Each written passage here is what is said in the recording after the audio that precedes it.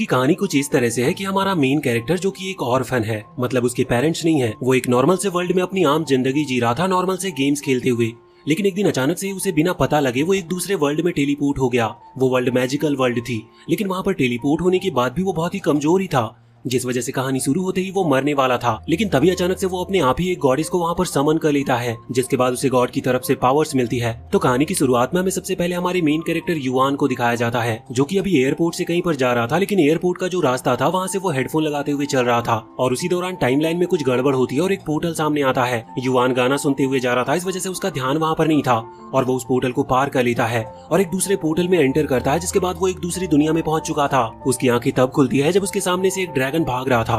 वो देखता है कि वो एक अजीब सी जगह पर है, जबकि पहले वो एक हाईटेक एयरपोर्ट पर था। यहाँ पर उसे कुछ गर्ल्स भी दिखती है जो कि हवा में उड़ रही थी। वो समझ गया था कि वो अपनी दुनिया में तो नहीं है, उसे वहाँ पर ड्रैगन उड़ते हुए दिख रहे थे, और वहाँ के जानवर भी हमारी धरती की तरह नहीं थे। वो आगे बढ़ता है देखने के लिए कि शायद उसे आगे कोई जानकारी मिल जाए, लेकिन उसे एक स्टोन गॉड मिलते हैं। असल में ये सिर्फ एक पत्थर है। वहाँ पर 2 मैजिशियंस भी थी जो बताती है कि अगर युआन इस पत्थर पर हाथ रखेगा तो इससे उसकी मैजिक पावर की स्ट्रेंथ पता चलेगी। वो बहुत खुश होता है। वो सोचता है कि मैं ऐसे वर्ल्ड में आ गया हूँ जहाँ पर मैजिक है। वो उस पत्थर पर हाथ रखता है और अचानक से वो पत्थर बहुत ही तेज चमकता है, लेकिन वो दोनों मैजिशियन उसे डिस्क्वालीफाई कर देते और बताती है कि उसके पास कोई मैजिक पावर नहीं है। ये सुनकर युआन का दिल टूट चुका था। वो पूछता है कि इस पर तो लाइट जल रही थी। इस पर वो मैजिशियन बताती है कि इस पर अलग अलग कलर में लाइट जलती है। सभी कलर्स अलग अलग मैजिक के टाइप्स को बिलोंग करते हैं, और तुम्हारी केस में व्हाइट लाइट जली है जो कि किसी मैजिक टाइप को बिलोंग नहीं करती। हालांकि तभी एक दूसरी मैजिशियन नोटिस करती है कि उस स्टोन पर व्हाइट लाइट के अलावा एक हल्की सी ग्रीन लाइट भी थी। वो बताते हैं कि तुम्हारे पास वुड मैजिक की पावर है, लेकिन ये इतनी ज्यादा कम है कि अभी तक इस वर्ल्ड में ऐसा कोई पैदा नहीं हुआ था जिसके मैजिक में इतनी कम पावर हो। युआन इस चीज से बहुत डिप्रेशन में चला गया था। वो वहाँ से चला जाता है। हालांकि वो बहुत दुखी था और बैठा हुआ था। वो सोच रहा था कि जब उसके पास कोई खास मैजिक पावर है ही नहीं तो फिर उसे इस तरह के वर्ल्ड में टेलीपोर्ट क्यों किया गया है। वैसे अब तभी वहाँ पर एक ओल्ड मैन आते हैं। वो युआन को बताते हैं कि उसे इतना ज्यादा सोचने की जरूरत नहीं है, क्योंकि उसके पास जो वुड मैजिक की पावर है वो बहुत ही ज्यादा रेयर है, और इस वर्ल्ड में वो दूसरा पर्सन है जिसे ये पावर मिली है। वो बताते हैं कि वुड मैजिक की पावर बहुत काम की पावर होती है, क्योंकि इससे वो फार्मिंग भी कर सकता है। हालांकि उसके पास इतनी ज्यादा पावर नहीं है, इस वजह से कुछ टाइम तक उसे इस पावर को बढ़ाने पर फोकस करना होगा। अब कुछ हफ्ते तक वो यही करता है, जिससे उसकी पावर इतनी तो हो चुकी थी कि वो किसी प्लांट को जल्दी जल्दी ग्रो कर पाए। वैसे अब एक रात उसे वहीं पास के झाड़ियों में 2 लड़के दिखते हैं जो कि एक लड़की के साथ थे। उनमें से एक लड़का भी उस लड़की की गर्दन पर किस करने के लिए आगे बढ़ रहा था, लेकिन तभी अचानक से वो लड़की एक वैम्पायर में बदल जाती है और उसके अंदर से उसका सारा ब्लड पी लेती है, जिससे वो लड़का वहीं पर मारा जाता है। और अब ये देखकर वो दूसरा लड़का तुरंत ही अपनी मैजिक पावर को एक्टिवेट कर लेता है। वो लड़का भी जमीन से बड़े बड़े पत्थर निकालकर यहाँ पर हमला कर रहा था, लेकिन वो वैम्पायर गर्ल अपनी पावर से वहाँ पर कुछ वाइन समन कर लेती है और उनसे उन स्टोन्स को डिस्ट्रॉय कर देती है। अब वो लड़का वहाँ से भागता है, पर वो वैम्पायर उसे भी पकड़ लेती है और उसका ब्लड भी पीने लगती है। ये देखकर युआन बहुत ही घबरा गया था और वहाँ से भागने की कोशिश करता है, लेकिन उसे भी भागते हुए उस वैम्पायर ने देख लिया था। वो वहाँ से भाग रहा था, लेकिन तभी वो वैम्पायर गर्ल उसके सामने आ जाती है और पूछती है कि वो यहाँ पर क्या कर रहा था। युआन फिर से डरता और भागता है, लेकिन अब उस वैम्पायर गर्ल ने उन वाइन से उसे पकड़ लिया था। वो उन वाइन से उस पर हमला करती है और वो लगभग मरने ही वाला था, लेकिन तभी उसकी बॉडी से एक लाइट निकलती है, जिसके बाद अचानक से उसके सामने एक फेरी गर्ल आ चुकी थी। युआन को लगता है कि वो इस कहानी का मेन कैरेक्टर है, इस वजह से शायद ये उसकी सर्वेंट होगी, लेकिन वो बताती है कि वो हेल से आई है और वो यहाँ पर युआन को खत्म करने के लिए आई है। वो उसे मारने ही वाली थी, लेकिन युआन पहले ही मारा जा चुका था। ये देखकर अब पहले वो उन वाइन्स को काटती है और युआन को वहाँ नीचे लेकर आती है। उसके अंदर जो वैम्पायरिक ऑरा था उसे खींचकर वो यहाँ उस वैम्पायर गर्ल पर हमला करने लगी थी। वो वैम्पायर गर्ल उसे बताती है कि युआन उसका खाना है, इसीलिए वो उसे नहीं जाने देगी, लेकिन जब वो उस पर हमला कर रही थी तब उस फेरी गर्ल ने एक ही अटैक में उस वैम्पायर गर्ल को हरा दिया था। वहीं दूसरी तरफ हम एक दूसरी लेडी को देखते हैं जिसने ये एनर्जी को महसूस कर लिया था। वो कह रही थी कि लगता है अब समय आ चुका है। वैसे यहाँ पर अभी उस फेरी गर्ल ने उस वैम्पायर के अंदर से युआन की वो एनर्जी जो कि उसने वापस से रोक ली थी उसे निकालकर वापस युआन की बॉडी में डालती है, जिसके बाद युआन फिर से जिंदा हो चुका था। युआन उससे पूछता है कि वो कौन है और क्या वो उसकी मेड बनेगी, लेकिन इस पर वो फेरी गर्ल कहती है कि नहीं। वो पूछती है कि क्या तुम्हें मैं याद नहीं हूँ, जिस पर युआन कहता है कि मैंने तुम्हें पहले कभी नहीं देखा है। वो बताती है कि उसने युआन की जान इसीलिए बचाई जिससे कि वो युआन को खत्म कर सके, और इसके बाद इतना कहकर वो हमला भी करने लगी थी। लेकिन जब वो युआन के ऊपर अपनी तलवार से कट लगाती है तो इससे उसके हाथ पर भी कट लग जाता है, जो देखकर वो बहुत ही हैरान थी।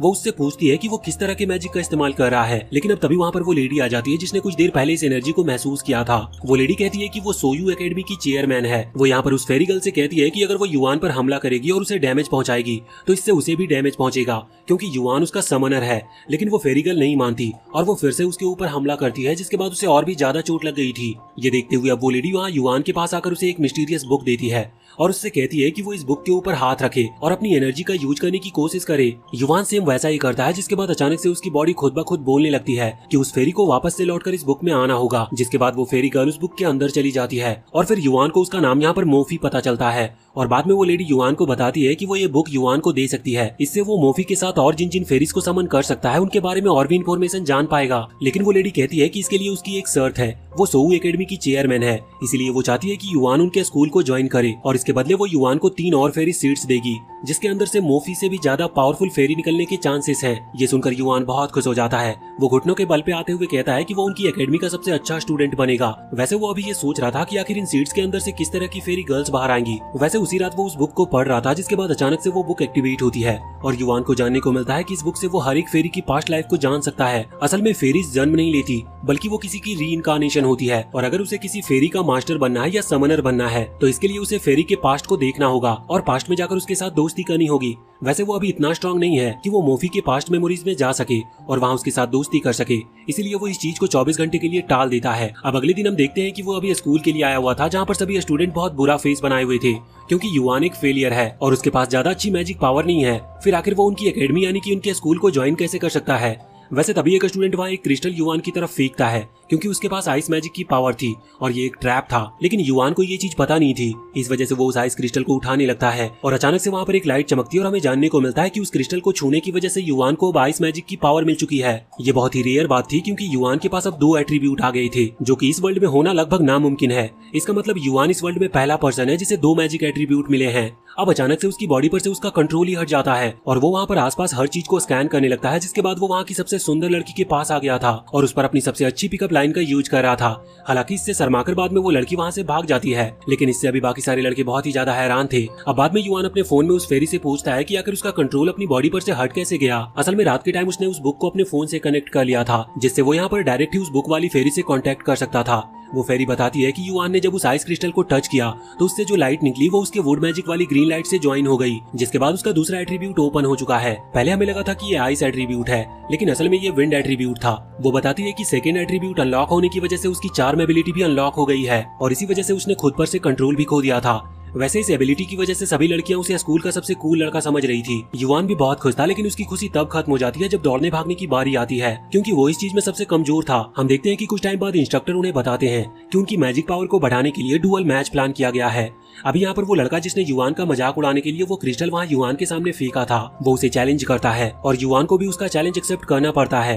वो दोनों आमने सामने थे, तभी वहाँ पर हम एक बगी को आता हुआ देखते हैं जिसके अंदर किसी कंट्री की प्रिंसेस बैठी हुई थी। वो भी उनका मैच देखेगी। अभी प्रिंसेस को इम्प्रेस करने के लिए वो लड़का सोच रहा था कि उसे युआन को बहुत बुरी तरह से हराना होगा। वो यहाँ पर युआन के ऊपर अपनी कोल्ड विंड का इस्तेमाल करता है, लेकिन युआन को उन्हें डॉज करने में कोई प्रॉब्लम नहीं होती। तभी उस लड़के ने एक टॉर्नेडो क्रिएट कर लिया था जो कि सच में बहुत पावरफुल था, लेकिन तभी मोफी युआन से कहती है कि वो उसे समन कर सकता है, ये फाइट शुरू होने से पहले ही खत्म हो जाएगी। लेकिन युआन कहता है कि नहीं, वो खुद इस अटैक को रोकना चाहता है। वो यहाँ पर अपने वुड मैजिक का इस्तेमाल करने की कोशिश करता है, जिससे उसका नेचर मैजिक एक्टिवेट हो जाता है और वहाँ पर उसने उसी अटैक के साथ उसके टॉर्नेडो को खत्म कर दिया था। हालांकि इतनी पावर यूज करने की वजह से युआन अचानक से बेहोश भी हो चुका था और जब उसकी आंखें खुलती है तो वो एक विलेज के अंदर था जो कि अभी जल रहा होता है। अभी युआन जब आगे बढ़ता है तो वहाँ पर एक आदमी उसे आकर पकड़ लेता है और उससे मदद मांगता है, जिससे युआन बहुत घबरा गया था। पर तभी दूसरा आदमी आता है और उस पहले वाले आदमी को वहाँ से लेकर जाता है। युआन घबराकर पीछे हट रहा था और उसी दौरान उसे वहाँ पर एक छोटी बच्ची दिखती है जिसे बहुत तेज बुखार था। वो एक गीला कपड़ा उसके सर के ऊपर रखता है, लेकिन वो बच्ची बेहोश हो जाती है। अभी युआन वहीं पर बैठा हुआ था। कुछ देर के बाद वहाँ पर 2 लड़के आते हैं जो कि कह रहे थे कि वो इस छोटी बच्ची को सेल कर सकते हैं, जिससे उन्हें कुछ गोल्ड कॉइन मिल जाएंगे। लेकिन युआन उन्हें ऐसा करने से रोकता है, लेकिन वो युआन पर हमला करते हैं और वो लड़की को वहाँ से ले जाने लगते हैं। वो उसे बचाने के लिए उनसे मार खाता है, जिस दौरान वो बेहोश होने वाला था।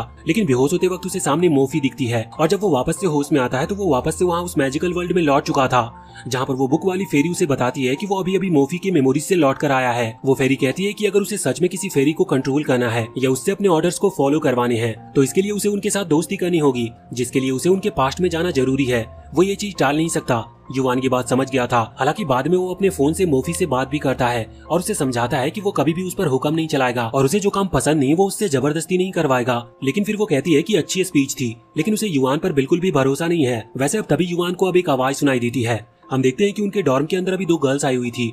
वो आपस में बात कर रही थी कि ये सभी सो चुके हैं, आखिर आज हमें किसे अपना खाना बनाना चाहिए। ये सुनते हुए युआन समझ जाता है कि ये दोनों ही वैम्पायर हैं, लेकिन वो बिल्कुल भी आवाज नहीं करता क्योंकि अगर वो इस सिचुएशन में फंसा तो मोफी के समन होने से पहले ही वो मारा जा सकता है। लेकिन अब वो गर्ल्स खुद ही आगे बढ़कर अपना शिकार ढूंढने लगती है, पर उसी दौरान वहाँ पर किसी की एंट्री होती है। ये वैम्पायर किंग था। ये उनसे कहता है कि अभी हमें कुछ दूसरा काम है, इसीलिए हमें यहाँ से चलना चाहिए। अगले दिन युआन वहाँ से वापस अपने घर पर लौट आया था। वहाँ पर वो कह रहा था कि ना जाने वो चेयरमैन कहाँ चली गई। अगर वो जल्दी नहीं मिली तो वो उसे उन वैम्पायर के बारे में कैसे बताएगा, और अगर वो उन्हें वैम्पायर के बारे में नहीं बता पाया तो शायद कुछ स्टूडेंट के बाद उसका नंबर भी लग जाए और वो भी मारा जाए। अभी वो नूडल्स खा रहा था, लेकिन तभी उसे घर के बाहर से कुछ आवाजें सुनाई देती है।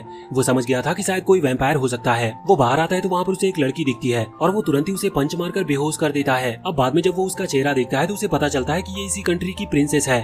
अब ना जाने वो यहाँ पर क्या कर रही थी, लेकिन युआन सोचता है कि अगर किसी को पता चला कि उसने प्रिंसेस पर हाथ उठाया तो शायद उसे एग्जीक्यूट कर दिया जाए। इसीलिए अब वो प्रिंसेस को खींचकर घर में ले आता है। अभी वो होश में नहीं थी और युआन को भी नींद आ रही थी, लेकिन जगह नहीं थी, इसीलिए वो उसके पास में ही सो गया था। सुबह जब प्रिंसेस की नींद खुलती है तो उसे युआन पर शक होता है और वो उसे पंच मारती है। युआन उससे माफी मांगता है और बताता है कि ये उसकी गलतफहमी थी। बाद में युआन उसके लिए नूडल्स बनाता है जो कि प्रिंसेस को बहुत ही ज्यादा पसंद आते हैं। लेकिन उसी दौरान उन्हें फिर से गेट पर किसी के नॉक करने की आवाज आती है। उन दोनों को ही लग रहा था कि ये वैम्पायर है। तभी एक वैम्पायर गर्ल वहाँ उस गेट को तोड़ देती है, लेकिन सही वक्त पर वहाँ युआन और प्रिंसेस दोनों ही एक दूसरे रूम में छुप गए थे। हालांकि एक ग्लास का जार वहाँ नीचे गिरने वाला था, लेकिन युआन उसे गिरने से पहले रोक लेता है। हम देखते हैं कि वहाँ पर वो वैम्पायर लड़की अकेले नहीं आई थी, उसके साथी वैम्पायर भी उसके साथ थी। वो इंसानों की स्मेल पहचान लेती है और वो दोनों इस रूम की तरफ बढ़ने लगे थे। वो यहाँ इस रूम के गेट को भी तोड़ देते हैं, लेकिन युआन और प्रिंसेस वहाँ से निकल चुके थे। युआन ने यहाँ पर अपने वुड मैजिक की पावर का इस्तेमाल किया था। अभी भागते हुए वो लोग जंगल में पहुंचते हैं जहाँ युआन प्रिंसेस से पेड़ के पीछे छुपने को कह रहा था, लेकिन अब वो छुप पाती उसके पहले ही वो दोनों वैम्पायर्स वहाँ पर आ जाते हैं। पर सही समय पर युआन मोफी को समन कर लेता है। मोफी अभी उन पर हमला करके उन्हें दूर हटा देती है, जिसके बाद वो अपनी एक सीक्रेट टेक्निक का इस्तेमाल कर रही थी। लेकिन इस टेक्निक का इस्तेमाल करने में उसे कुछ टाइम लगता है, जिसका फायदा उठाते हुए फिर वो दोनों वैम्पायर उस पर हमला कर रही थी। लेकिन तभी मोफी हेल फायर का इस्तेमाल करते हुए उनकी बॉडी को जलाने लगती है। जब वो दोनों ही वैम्पायर वहाँ से निकलने की कोशिश करते हैं तो वो देखती है कि वो एक इनविजिबल बैरियर के अंदर कैद हो चुकी है। लेकिन अब वो बैरियर अचानक से टूट जाता है क्योंकि अब वहाँ पर वैम्पायर किंग आ चुका था। वो दोनों वैम्पायर गर्ल सोचती है कि वो बच गई, लेकिन वैम्पायर किंग उन दोनों को ही खत्म कर देता है। और इसके बाद अब वहाँ पर मोफी और वैम्पायर किंग की फाइट होने लगती है। यहाँ पर वो बुक वाली फेरी युआन को बताती है कि वो लेवल 8 पर पहुंच चुका है और उसकी पावर पहले से ज्यादा बढ़ गई है। लेकिन युआन का ध्यान अभी वहाँ सामने था क्योंकि मोफी वैम्पायर किंग से हार रही थी। युआन यहाँ उस बुक वाली फेरी से पूछता है कि क्या वो मदद करने के लिए कुछ नहीं कर सकते, जिस पर वो बुक वाली फेरी कहती है कि वो मदद कर सकते हैं, लेकिन इसके लिए युआन को मोफी की स्पिरिचुअल वर्ल्ड में जाना होगा। युआन इसके लिए तैयार था, लेकिन वो फेरी बताती है कि युआन के पास इतनी स्पिरिचुअल एनर्जी नहीं है कि वो वहाँ पर मोफी की स्पिरिचुअल वर्ल्ड के अंदर जा सके। लेकिन अब कोई और दूसरा रास्ता नहीं था क्योंकि वहाँ पर मोफी की हालत और भी ज्यादा खराब होने लगी थी। वो किसी भी तरह से उस वैम्पायर किंग को हरा नहीं सकती थी। तब यहाँ पर प्रिंसेस युआन के पास आती है और उसे बताती है कि वो युआन को बहुत सारी स्पिरिचुअल एनर्जी दे सकती है। युआन ये सुनकर हैरान था। वो कहता है कि इसके बदले वो उसे साल भर नूडल्स खिलाएगा क्योंकि प्रिंसेस को वो नूडल्स बहुत पसंद आए थे। जिसके बाद प्रिंसेस उसकी मदद करती है। युआन अभी उसके स्पिरिचुअल वर्ल्ड में जाने की कोशिश कर रहा था, जिस दौरान वैम्पायर किंग मोफी को दूर करते हुए युआन पर हमला करने की कोशिश करता है, लेकिन मोफी उसके अटैक को रोक लेती है। जिसके बाद यहाँ पर युआन अभी उस स्पिरिचुअल वर्ल्ड में पहुंच चुका था। यहाँ पर अभी हम मोफी को देखते हैं जो कि कुछ चोरों को खत्म कर रही थी। आखिरी वाला चोर उससे माफी मांगता है, जिसके बाद मोफी उसे माफ कर देती है और जाने लगती है। लेकिन वो चोर इस चीज का फायदा उठाते हुए उसे पीछे से आकर उसके ऊपर हमला कर देता है। युआन आवाज लगाता और मोफी तुरंत ही पीछे मुड़ते हुए उस चोर को भी खत्म कर देती है। युआन यहाँ पर अभी उसे रोक रहा था, लेकिन अभी उसे वो टच करता है तो उसे पता चलता है कि मोफी ना ही उसे सुन सकती है और ना ही उसे देख सकती है। उसे इस चीज का कारण पता नहीं था, लेकिन वो फेरी कहती है कि शायद तुम्हारी सोल इस वर्ल्ड में एग्जिस्ट नहीं करती, या फिर अगर वो एग्जिस्ट करती है तो तुम्हें उसे ढूंढना होगा। युआन को कुछ ज्यादा समझ में नहीं आया था, लेकिन अब वो मोफी के पीछे जाने लगा था। वो वहाँ से आगे बढ़ते हुए एक लड़के से मिलती है। उस लड़के के पास एक तलवार थी जो कि मोफी को बहुत पसंद आती है। वो उस तलवार को उससे मांग रही थी, लेकिन वो लड़का बताता है कि ये बेचने के लिए नहीं है। जिसके बाद मोफी वहाँ से चली जाती है। युआन अभी उस लड़की को देख रहा था और वो सोच रहा था कि आखिर इसने मोफी को मना कैसे किया। वैसे अगले सीन में हम देखते हैं कि अभी अगले दिन ये लड़का वहाँ उस जगह के बच्चों के साथ खेल रहा था, जिस दौरान मोफी भी सामने वाले घर की खिड़की से इधर इसको देखती है। ये उसे हाई करता है, लेकिन वो भी खिड़की लगा देती है। अभी मोफी कहीं गई हुई थी। जब वो वापस लौट आती है तो वो देखती है कि कुछ लोग उस लड़के को मार रहे हैं और वो लड़का एक छोटी बच्ची को बचाने की कोशिश कर रहा है। ये देखते हुए मोफी को वही टाइम याद आता है जब युआन ने उसकी मदद की थी। वो यहाँ पर उन लोगों पर हमला करने लगी थी, लेकिन वो लोग उसके ऊपर भी हमला करते हैं। पर उस दौरान वो पहचान लेते हैं कि मोफी तो एक फेमस किलर है। वो डरकर वहाँ से भाग गए थे। बाद में वो लड़का भी मोफी को थैंक्स कह रहा था, साथ ही वो मदद के लिए उसे तोहफे में वो तलवार भी दे देता है। मोफी उस तलवार की धार को चेक करती है और इसके बाद वो उस लड़के से प्रॉमिस करती है कि वो उसकी मदद करेगी जब भी उस लड़की को मदद की जरूरत होगी। युआन ये सुनकर पागल हो रहा था और कह रहा था कि ये इस लड़की की चाल में कैसे फंस सकती है। वो सिर्फ इसके ऊपर ट्रिक्स का इस्तेमाल कर रहा था। वहीं इधर अभी प्रिंसेस को बहुत तकलीफ हो रही थी क्योंकि युआन तब से स्पिरिचुअल वर्ल्ड के अंदर है और इसके लिए उसे स्पिरिचुअल एनर्जी तब से प्रिंसेस ही दे रही थी। वैसे वहाँ मोफी और उस वैम्पायर किंग की लड़ाई में मोफी हार रही थी और वैम्पायर भी वहाँ पर युआन पर भी हमला कर रहा था, लेकिन युआन को बचाने के लिए हर बार मोफी सामने आ जाती है और वो ये जान गई थी कि अब वो नहीं बच सकती। इसी वजह से वो अपनी तलवार को वापस रख लेती है और जब वो वैम्पायर किंग अपनी तलवार से हमला करता है तो वो सामने से हटती नहीं, जिसकी वजह से वो तलवार उसकी बॉडी के आर पार हो चुकी थी। लेकिन अब वो अपने ब्लड से एक स्पेशल टेक्निक का इस्तेमाल करते हुए उस वैम्पायर किंग को अपने ब्लड चेन्स में फंसा लेती है। वो तब तक आजाद नहीं हो सकता था जब तक कि मोफी मारी नहीं जाती, लेकिन अब वो उसे खोल नहीं सकता, इसलिए वो कुछ कर भी नहीं पाएगा। मोफी चाहती है कि वो अपनी आखिरी सांस तक युआन को प्रोटेक्ट करे, लेकिन वो तब तक ही वैम्पायर किंग को रोक सकती है जब तक कि वो मारी नहीं जाती। यहाँ दूसरी तरफ युआन जो कि अभी उस स्पिरिचुअल वर्ल्ड में है वो भी वहाँ से आगे बढ़ रहा था और वो यही बात कर रहा था कि आखिर वो करे क्या जिससे कि वो यहाँ पर मोफी को दिखाई दे और उससे अपनी बात कह सके। तभी वो उसी लड़के को देखता है जो कि मोफी को बाय कह रहा था। अभी जब मोफी वहाँ से चली जाती है तो युआन उस पर चिल्लाता है, लेकिन ना जाने कैसे पर उस लड़के ने भी युआन की बात सुन ली थी। हालांकि इसके बाद युआन चिल्लाते हुए पूछता है कि आखिर वो मोफी को फंसाने की कोशिश क्यों कर रहा है, क्योंकि युआन जानता था कि ये लड़का सही नहीं है। वो लड़का यहाँ पर अपना नाम अनयू बताता है और ये नाम बस युआन के नाम से बिल्कुल उल्टा था। वो कहता है कि मोफी उसके लिए एक टूल की तरह है, लेकिन युआन कहता है कि ये सही नहीं है, पर अनयू उसकी बात पर ध्यान नहीं देता। अगले दिन हम देखते हैं कि अनयू मोफी से मिलने आया था और जब मोफी को आवाज सुनाई देती है तो वो गेट खोलते हुए अनयू को नीचे गिरा देती है और उसकी गर्दन पर तलवार रख देती है। वो पूछती है कि तुम यहाँ पर क्यों आए थे, जिस पर वो बताता है कि वो बस उसके लिए खाना लेकर आया है। हालांकि उसे नीचे गिराने के चक्कर में खाना भी नीचे गिर चुका था। मोफी खाना उठा रही थी पर अनयू कहता है कि नहीं, तुम्हें ऐसा करने की जरूरत नहीं है, मैं तुम्हें दूसरा खाना ला कर दूंगा। और इसके बाद अब वो वहाँ से चला गया था। वैसे युआन यहाँ पर अभी चिल्ला कर उसे समझाने की कोशिश कर रहा था कि अनयू सिर्फ उसकी फीलिंग्स के साथ खेल रहा है, लेकिन मोफी को उसकी बातें सुनाई नहीं देती। उसी समय हम देखते हैं कि मोफी और अनयू दोनों उस टाउन के सबसे सेफ टावर के ऊपर आए हुए थे। यहाँ पर अनयू बताता है कि वो एक ट्रैवलर है और वो हर टाउन में ट्रेजर ढूंढते हुए घूमता रहता है। वो यहाँ इतने समय इसीलिए रुका है क्योंकि उसे मोफी पसंद है। वो चाहता है कि वो उसकी जर्नी में उसका साथ दे। हालांकि मोफी को डर था कि क्या वो सच में अपनी पिछली लाइफ यानी कि एक किलर वाली लाइफ छोड़ सकती है। अगले दिन हम देखते हैं कि मोफी फिर से कुछ चोरों को खत्म करके आ रही थी। रास्ते में उसे अनयू मिलता है, जिसे देखकर वो अपनी तलवार छुपा लेती है क्योंकि वो सोच रही थी कि अगर अनयू ने उसे तलवार के साथ देखा तो शायद उसे अच्छा ना लगे। वैसे यहाँ पर अनयू बताता है कि वो खाने के लिए कुछ सामान लेने के लिए गया था, तो वो दोनों साथ में घर चल सकते हैं। लेकिन मोफी कहती है कि वो कुछ देर के बाद आएगी और फिर वो उसे वहाँ से जाने को कहती है। अभी मोफी दुखी थी क्योंकि उसने अनयू से झूठ कहा, लेकिन जब वो घर पर पहुंचती है तो वहाँ पर अनयू ने उसके लिए खाना रेडी कर लिया था। वो बताता है कि ये डिश उसकी मदर ने उसे बनाना सिखाया था। अभी मोफी यहाँ पर बहुत ही ज्यादा खुश थी, लेकिन युआन यहाँ बार बार यही कह रहा था कि आखिर वो उसके झूठ को पहचान क्यों नहीं पा रही, वो हर बार उसे धोखा ही दे रहा है। वैसे अब मोफी बता देती है कि असल में वो एक किलर है, लेकिन अनयू कहता है कि उसे इस चीज से कोई फर्क नहीं पड़ता क्योंकि वो उसे पसंद करता है। मोफी बताती है कि जब वो बहुत छोटी थी तब उसकी मदद किसी ने नहीं की, इसीलिए उसने फैसला किया कि वो खुद को ताकतवर बनाएगी, जिससे अगर कोई उसकी मदद ना करने भी आए तो वो खुद की मदद कर सके।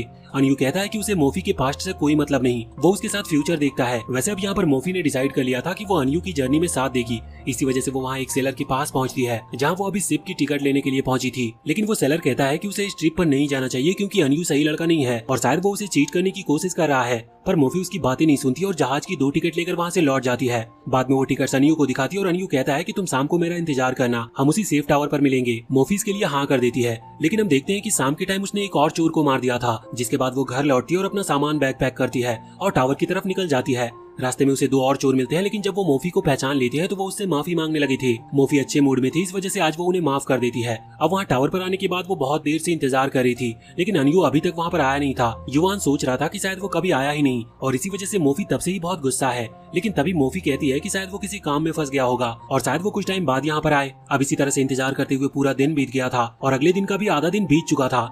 युआन कह रहा था कि आखिर तुम यहाँ से जाती क्यों नहीं, लेकिन उसकी बात मोफी को सुनाई नहीं दे रही थी। मोफी गुस्से में तो थी, लेकिन वो खुद को समझा रही थी और कह रही थी कि शायद वो यहाँ से चली गई और अगर इसके बाद फिर यहाँ पर अनयू आया तो वो क्या सोचेगा। वैसे अब कुछ और दिन बीतते हैं और फिर वो सेलर वहाँ पर आकर मोफी को बताता है कि टाउन पर सारे चोरों का हमला हो चुका था, उन्होंने एक साथ हमला किया जिस वजह से हम लोग खुद को बचा नहीं पाए। लेकिन मोफी अभी जाने को तैयार नहीं थी, वो कह रही थी कि अभी वो यहाँ पर रुककर अनयू का इंतजार करेगी। लेकिन तभी हम देखते हैं कि कुछ चोरों ने उस टावर को घेर लिया था, वो बम के थ्रू उस टावर को गिरा देते हैं। मोफी भी वहाँ पर नीचे गिर जाती है और जब उसे होश आता है तो वो सामने बहुत सारे चोरों को दिखती है। उसे लग रहा था कि शायद इन्होंने अनयू को पकड़ लिया होगा, इसी वजह से वो यहाँ पर आया नहीं। वो आगे बढ़ती है और उनमें से 2 चोरों को मार देती है, लेकिन सामने जो बहुत सारे चोर खड़े हुए थे उन्होंने एक लड़की को पकड़ रखा था और कह रहे थे कि वो उसे जान से मार देंगे। लेकिन इससे मोफी को और भी ज्यादा गुस्सा आ जाता है और वो तुरंत ही हमला करते हुए उन सभी चोरों को खत्म कर देती है। वो अभी उस लड़की से कह रही थी कि उसे डरने की जरूरत नहीं, लेकिन तभी वो लड़की चाकू निकालकर मोफी को मार देती है और इससे वो समझ गई थी कि ये इन्हीं लोगों के साथ मिली हुई थी। अब तभी वहाँ पर पर अनयू की एंट्री होती है। वो लड़की उससे कहती है कि मोफी सच में बहुत बड़ी बेवकूफ है, वो इतनी आसान ट्रिक में फंस गई। वैसे मोफी अभी रेंगते हुए अनयू की तरफ आगे बढ़ रही थी, लेकिन तभी वहाँ पर दूसरा चोर आता है और उससे कहता है कि तुम कब समझोगी कि ये सब अनयू का ही प्लान था। और हमें दिखाया जाता है कि कुछ हफ्ते पहले अनयू इन लुटेरों से मिलने गया था, जहाँ पर वो बताता है कि वो मोफी को हरा सकता है, लेकिन इसके बदले उसे साउथ एरिया की कमांड सौंप दी जाए, जिस पर वो लुटेरे हाँ कर देते हैं। साथ ही वो उसे तलवार भी देते हैं और सिर्फ इन्हीं 2 चीजों के लिए उसे मोफी को धोखा दिया था। अभी मोफी ये सुनकर आगे बढ़ रही थी, लेकिन वो लुटेरे उसे घुटने के बल पर कर देते हैं। एक लुटेरा कह रहा था कि हमें इसे मार देना चाहिए वरना ये फ्यूचर में हमें दिक्कत देगी, मगर ये सोचकर कि जिससे वो पसंद करती थी उसने उसे धोखा दिया। मोफी अभी पागल हो रही थी, वो जोर से चीखती है, लेकिन तभी हम देखते हैं कि अचानक से वहाँ आसपास के लुटेरे मरने लगते हैं और तभी वहाँ पर कुछ फेरीज की एंट्री होती है और वो फेरीज उस टाउन को भी डिस्ट्रॉय करने लगती है। और ये देखते हुए अभी मोफी अपनी तलवार उठाती है और अनयू पर हमला करने के लिए आगे बढ़ती है। हालांकि तभी एक दूसरी फेरी ने सामने आकर उसके अटैक को रोक दिया था। यहाँ पर अनयू कह रहा था कि तुम कुछ भी कर लो लेकिन तुम मुझे नहीं मार सकती और तुम्हें ऑलरेडी एक चाकू लग चुका है, इसलिए तुम भी ज्यादा टाइम तक जिंदा नहीं रहने वाली। लेकिन अगर तुम चाहो तो मैं तुम्हें बदला लेने में मदद कर सकता हूँ। वो अपने पास से फ्लावर निकालता और कहता है कि अगर तुम परमिशन दो तो तुम एक फेरी बन सकती हो, लेकिन रीइंकार्नेशन वर्ल्ड में। अब यहाँ रीइंकार्नेशन वर्ल्ड में अनयू से बदला लेने के लिए मोफी ने इस चीज के लिए हाँ कर दी थी, जिसके बाद अनयू अपने उस फ्लावर पर अपनी मैजिक पावर का यूज करता है और वो फ्लावर ग्लो करने लगता है। वैसे इसके बाद अभी युआन अनयू से कह रहा था कि आखिर उसने ऐसा क्यों किया, ऐसा करने से उसे क्या मिला। तो इस पर अनयू उसे जवाब देता है कि वो इस वर्ल्ड को एक गेम की तरह समझता है और असल में अनयू ही युआन का अपोजिट सोल है और अनयू का सपना है कि वो इस दुनिया को जीतना चाहता है। वो कहता है कि तुम मेरी सोल हो, इसका मतलब तुम्हारा भी यही ड्रीम होगा। वैसे भी ये वर्ल्ड गेम की तरह है, इसीलिए मैंने सिर्फ मोफी का यूज किया। ये सुनकर युवान को गुस्सा आ जाता है, वो उसे पकड़ता है और कहने लगता है कि तुम्हें मोफी को ठीक करना होगा। लेकिन अनयू वहाँ से गायब होकर दूसरी जगह पर आता है और कहता है कि तुम बहुत कमजोर हो, तुम कुछ भी कर नहीं सकते, और फिर वो वहाँ से गायब हो जाता है। युवान जब पूछता है कि अभी अभी क्या हुआ, तो वो बुक वाली फेरी उससे कहती है कि अनयू सिर्फ एक सोल पार्टिकल है, इसीलिए तुम उससे बात कर सकते थे, लेकिन तुम उसका कुछ बिगाड़ नहीं सकते। वैसे अब युवान वहाँ पर मोफी को देखता है जो कि अभी उन वाइन्स से कैद थी जिन्हें अनयू ने डेवलप किया था। वो तब तक कैद रहेगी जब तक कि युवान उसे वहाँ से बंद नहीं कर लेता, और युवान ने उसे पहली बार समन तब किया था जब उसे वैम्पायर ने खत्म किया था। तो युवान कह रहा था कि ये सील तभी ब्रेक हुई थी जब मैं मर गया था, तो शायद अगर मैं फिर से मर जाऊं तो ये सील ब्रेक हो सकती है। लेकिन इस पर वो फेरी कहती है कि तुम बेवकूफ हो, जैसी बातें क्यों कर रहे हो, तुम अभी एक स्पिरिट वर्ल्ड में हो, यहाँ पर तुम मारे गए तो तुम्हें बचाने का कोई रास्ता नहीं है। लेकिन युवान कहता है कि नहीं, वो उसे बचा कर ही रहेगा। वो आगे बढ़ता और वहाँ पर पड़ी तलवार उठाता है, लेकिन एक ही सेकंड के बाद उसे पता चलता है कि उसमें इतनी हिम्मत नहीं कि वो खुद को खत्म कर सके। लेकिन अचानक से वो जगह हिलने लगती है। वो फेरी बताती है कि ये वर्ल्ड बहुत ही जल्द वैनिश होने वाली है, और ऐसा इसी वजह से था क्योंकि वहाँ प्रिंसेस अपनी बहुत सारी स्पिरिचुअल एनर्जी दे चुकी है और अब वो बहुत जल्दी होश में आने वाली है, और इसीलिए ये स्पिरिचुअल वर्ल्ड बहुत जल्दी खत्म हो जाएगी। अब ये सिचुएशन देखते हुए युवान तुरंत ही आगे बढ़ता है और उस तलवार को जमीन में लगाता है और वहाँ उन वाइन्स पर चढ़ने लगता है, और वो वहाँ पर ऊपर आकर कहता है कि वो किसी भी कीमत पर उसे बचा कर रहेगा और हो सके तो उसे माफ कर दो। साथ ही साथ इसके बाद वो उसे गुड बाय किस देता है और वहाँ से जंप कर देता है, जिसके बाद वो नीचे आकर सीधा उस तलवार पर गिरा था। यहाँ पर उसकी ये बातें सुनकर मोफी को वापस से वही अनयू वाली मेमोरीज दिखना शुरू होती है, लेकिन इस बार वो वहाँ पर युवान को नोटिस कर पा रही थी। वो समझ जाती है कि युवान ने उसे कई बार वार्न करने की कोशिश की थी,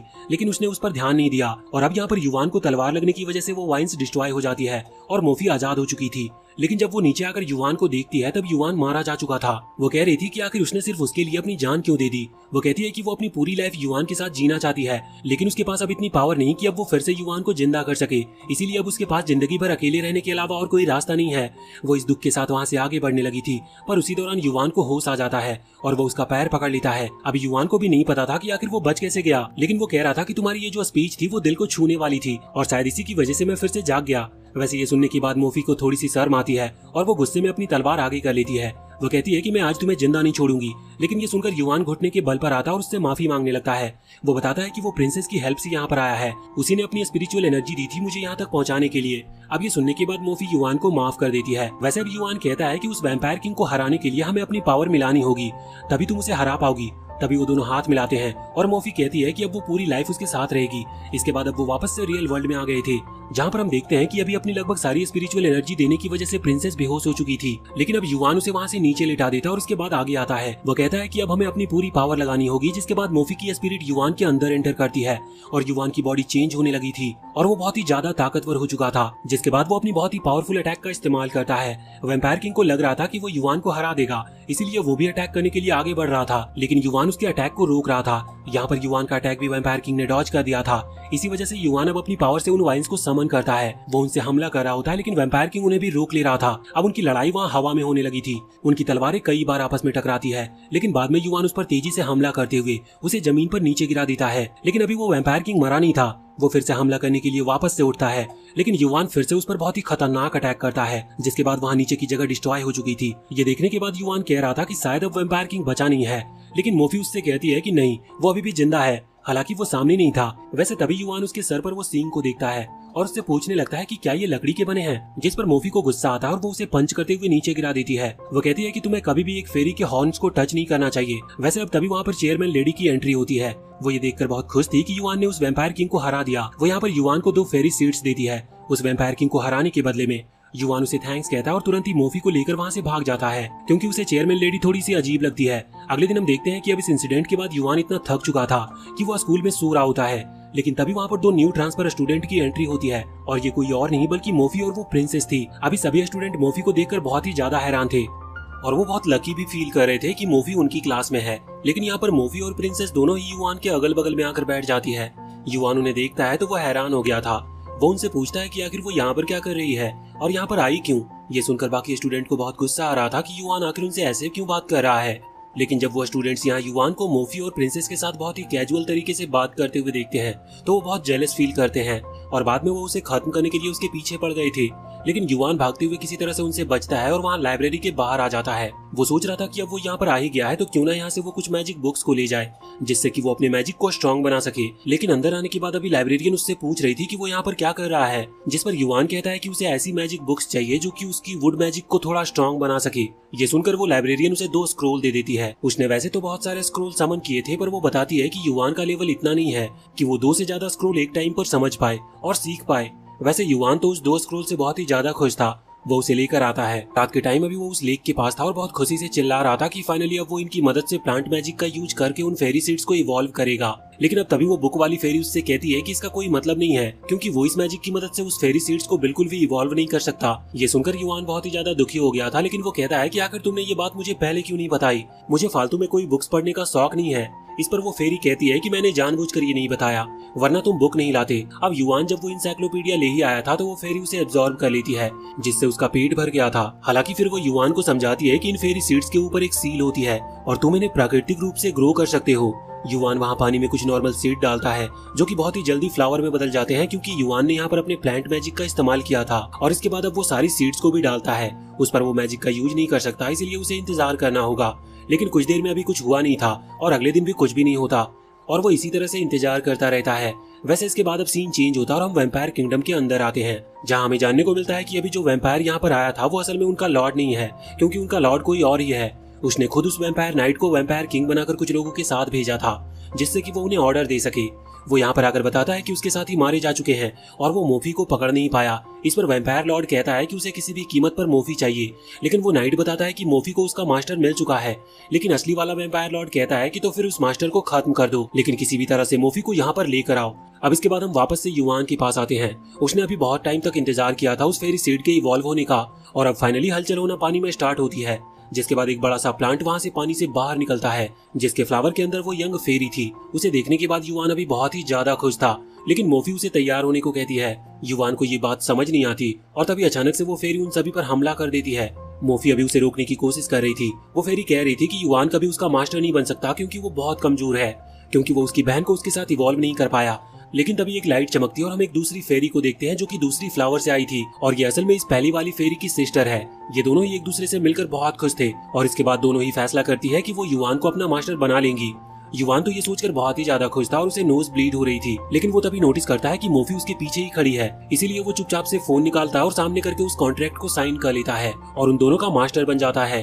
हालांकि मोफी को लग रहा था कि युवान बहुत ही लालची लड़का है, लेकिन युवान कहता है कि नहीं, वो उनका मास्टर सिर्फ इसीलिए बन रहा है जिससे कि वो उन्हें फ्री कर सके और बाद में ये फेरीज अपने फ्यूचर का डिसीजन खुद से ले सके। अगले दिन चेयरमैन युवान को वहाँ उसके ऑफिस में बुलाती है और बताती है कि जो वैम्पायर यहाँ पर आया था उसे खुद वैम्पायर लॉर्ड ने भेजा था और वो यहाँ पर प्रिंसेस को लेने के लिए ही आया था। अब हमें जानने को मिलता है कि असल में वैम्पायर लॉर्ड मोफी के साथ साथ प्रिंसेस को भी पकड़ना चाहता है। उसका पहला मकसद प्रिंसेस को पकड़ना था, लेकिन अब उसे मोफी के बारे में भी पता चल चुका है। चेयरमैन कहती है कि तुम प्रिंसेस को लेकर यहाँ से जाओ। अब युवान वहाँ से निकलने वाला था, लेकिन तभी वो लाइब्रेरियन उससे आकर मिलती है और उसे क्रिस्टल देते हुए वो कहती है कि तुम अलग अलग आइलैंड पर सफर करोगे तो मैं चाहती हूँ कि वहाँ पर तुम्हें कई अलग अलग टाइप के मैजिक मिले, या फिर अगर कुछ भी मैजिक आइटम मिले तो तुम उसे अपने साथ रखो। ये क्रिस्टल तुम्हारी हेल्प करेगा और जब भी तुम्हें ऐसा कोई मैजिक आइटम या मैजिक मिलेगा तो ये तुम्हें रिवॉर्ड देगा। अब युवान उस क्रिस्टल को लेकर वहाँ से चला गया था। अगले सीन में हम देखते हैं कि वो एक जंगल में पहुंच चुके हैं, जहाँ पर युवान अभी उस बुक वाली फेरी से कह रहा था कि वो इस स्टोन को भी खा ले, मतलब कि एब्जॉर्ब कर ले, जिससे कि वो फिर से पहले की तरह इवॉल्व कर सकती है। वैसे बाद में वो नोटिस करता है कि वहाँ पर सिर्फ मोफी और प्रिंसेस है, मतलब कि वो पहली वाली दो फेरीज वहाँ पर नहीं है। वो उनसे पूछता है तो प्रिंसेस बताती है कि वो सामने लेक की तरफ गई है। अब युवान सोच रहा था कि शायद वहाँ पर जाकर उसे स्विमिंग करने को मिलेगी, इसी वजह से वो तुरंत ही वहाँ से भागता है। साथ ही प्रिंसेस भी एक्साइटेड होकर वहाँ से इस तरफ भाग रही थी, लेकिन वहाँ पर पहुंचने के बाद वो दोनों ही एक बड़े से ड्रैगन को देखते हैं। उसे देखने के बाद दोनों का ही रिएक्शन बिल्कुल अलग था। वैसे अब वो ड्रैगन इनके ऊपर हमला करता है, लेकिन युवान पहले ही एक बैरियर क्रिएट करके उस अटैक को रोक लेता है। वो ड्रैगन कह रहा था कि तुमने मेरी टेरिटरी में आने की हिम्मत कैसे की, अब तुम सभी मारे जाओगे। पर तभी वो दोनों नई फेरीज में से एक फेरी जिसका नाम लिन है, वो आगे आते हुए उस ड्रैगन से लड़ने का कहती है। हालांकि युवान उसे रोक देता है और कहता है कि इससे मैं लड़ना चाहता हूँ। युवान खुद को स्ट्रॉन्ग बनाना चाहता था। वो उस ड्रैगन को समझाता है कि उसने बहुत बड़ी गलती कर दी, क्योंकि अभी कुछ ही दिन पहले उसने एक लेवल 8 वाले वैम्पायर को हराया है। ये सुनकर ड्रैगन सोचता है कि सच में उसने बहुत बड़ी गलती कर दी, क्योंकि वो तो सिर्फ लेवल 3 का ड्रैगन है। लेकिन जब युवान उसे चैलेंज कर ही रहा है तो उसे चैलेंज एक्सेप्ट करना होगा। लेकिन अब लड़ाई के दौरान हम देखते हैं कि युवान बिना किसी फेरी की मदद लिए कुछ वाइन्स को समन करता है, जिससे उसने उस ड्रैगन को पकड़ रखा था। युवान थोड़ा सा समझदार भी है, इस वजह से वो कोशिश कर रहा था कि वो इस ड्रैगन को उस पानी के अंदर डुबा सके, जिससे कि वो ड्रैगन अपनी फायर अटैक्स का इस्तेमाल ना कर पाए। और वैसे भी वो ड्रैगन फायर ड्रैगन है, तो अगर वो फायर अटैक का इस्तेमाल ही नहीं कर पाया तो किसी काम का नहीं रहेगा। ये देखते हुए ड्रैगन हार मान लेता है। अब युवान ने उसकी जान नहीं ली थी। इस चीज से खुश होकर वो ड्रैगन युवान को एक फ्लूट देता है और कहता है कि तुम जब भी इसे बजाओगे मैं तुम्हारी मदद के लिए आ जाऊंगा। और इतना कहकर वो वहाँ से चला जाता है। वैसे अब रात होने वाली थी और वो जंगल में रुक नहीं सकते थे, लेकिन किस्मत से उन्हें एक रिसोर्ट मिल जाता है, जहाँ पर आकर युवान उस रिसेप्शनिस्ट आदमी से कहता है कि उसे 2 रूम चाहिए। अभी वो आदमी सोच रहा था कि युवान अगर सच में 2 रूम लेगा तो उसे रात को बार बार यहाँ से वहाँ ट्रैवल करना होगा दोनों तरफ की पार्टी को संभालने के लिए। पर उसी रात के टाइम हम देखते हैं कि अभी लिन उदास बैठी थी। युवान उसके पास आता और उससे उदास होने की वजह पूछता है, जिस पर वो उसके ऊपर गुस्सा करने लगती है और कहती है कि आखिर तुम यहाँ पर आए क्यों हो। वो कहती है कि मैं तुम्हें अपना मास्टर नहीं मानती, मैं सिर्फ तुम्हारे साथ इसीलिए हूँ क्योंकि मेरी सिस्टर तुम्हारे साथ है। वैसे वो बातों ही बातों में ये जरूर बता देती है कि वो जब फेरी बनी थी तो उसे अपनी प्रीवियस लाइफ की मेमोरीज नहीं मिली, लेकिन वो खुश है कि वो अपने सिस्टर के साथ है। युवान उससे कहता है कि अगर तुम चाहो तो हम इस रिसोर्ट में कुछ और दिन रुक सकते हैं, जिससे तुम्हारी मेमोरीज फिर से लौट आएगी। लेकिन अब जब वो ऐसा कह रहा था तभी अचानक से लिन की मेमोरीज आना स्टार्ट हो जाती है। इससे उसके सर में दर्द होता है और अब वो नहीं चाह रही थी कि उसकी पुरानी यादें फिर से वापस आए, लेकिन उसे युवान पर गुस्सा आ रहा था क्योंकि शायद उसी की वजह से उसकी यादें फिर से लौट रही है। इसी वजह से वो युवान पर हमला करने लगती है, लेकिन युवान कहता है कि तुम ऐसा क्यों कर रही हो। तभी उस पर हमला करने की वजह से एक स्पेल एक्टिवेट हो जाता है और लिन वहाँ पर नीचे गिर जाती है। तभी वहाँ पर 3 और लोगों की एंट्री होती है। वो बताते हैं कि वो युवान को खत्म करने के लिए आए हैं। प्रॉब्लम देखकर युवान मोफी से टेलीकिनेसिस के थ्रू कांटेक्ट करता है और उसे वहाँ पर बुला लेता है। मोफी अभी लिन की सिस्टर यूई के साथ वहाँ पर आई थी। वैसे युवान तुरंत ही उस ड्रैगन को भी वहाँ पर बुला लेता है, लेकिन जब वो ड्रैगन वहाँ पर आता है तो उसे पता चलता है कि ये तीनों यहाँ पर उन फेरीज को भी कैप्चर करने आए हैं, इसीलिए वो तुरंत ही पार्टी बदल लेता है। वैसे अब उन तीनों ने उनके ऊपर हमला करना शुरू कर दिया था, जिस दौरान वो ड्रैगन युवान पर हमला कर रहा था। यहाँ मोफी आगे आते हुए कहती है कि हम सभी इन तीनों को संभालते हैं, तुम उस ड्रैगन को संभालो। और वो तीनों तो लड़ने लगी थी, लेकिन युवान उस ड्रैगन से डरकर भाग रहा था, जो उसकी एक चाल थी, क्योंकि भागते हुए वो अपनी वाइन्स को समन करता और उस ड्रैगन को पकड़ने की कोशिश करता है। लेकिन वो ड्रैगन उन वाइन से बचकर अपने फायर अटैक का इस्तेमाल करके युवान को वहाँ पर नीचे गिरा देता है। ये देखकर मोफी पीछे मुड़ती है और कहती है कि क्या उसे मदद की जरूरत है, लेकिन उसने कुछ लीव्स को निकालकर उस ड्रैगन को पकड़ लिया था। हालांकि वो पानी में गिर रहा था, तभी उसे पानी के अंदर एक फॉर्मेशन टाइप की सील दिखती है, जिससे एक लाइट निकलती और युवान को खींचने लगी थी। यहाँ लाइट एक एनर्जी थी जो कि वहाँ उस लेक के बाहर भी दिख रही थी। ये देखकर मोफी तुरंत ही पानी के अंदर जंप करती है युवान को बचाने के लिए। इस तरफ हम देखते हैं कि युवान और मोफी के वहाँ से जाने के बाद लिन अपनी बहन यूई से कह रही थी कि ये सही मौका है, हमें यहाँ से निकलना चाहिए। लेकिन सही मौके का फायदा देखते हुए वहाँ पर वो तीनों में से एक आदमी यहाँ इन पर हमला कर देता है।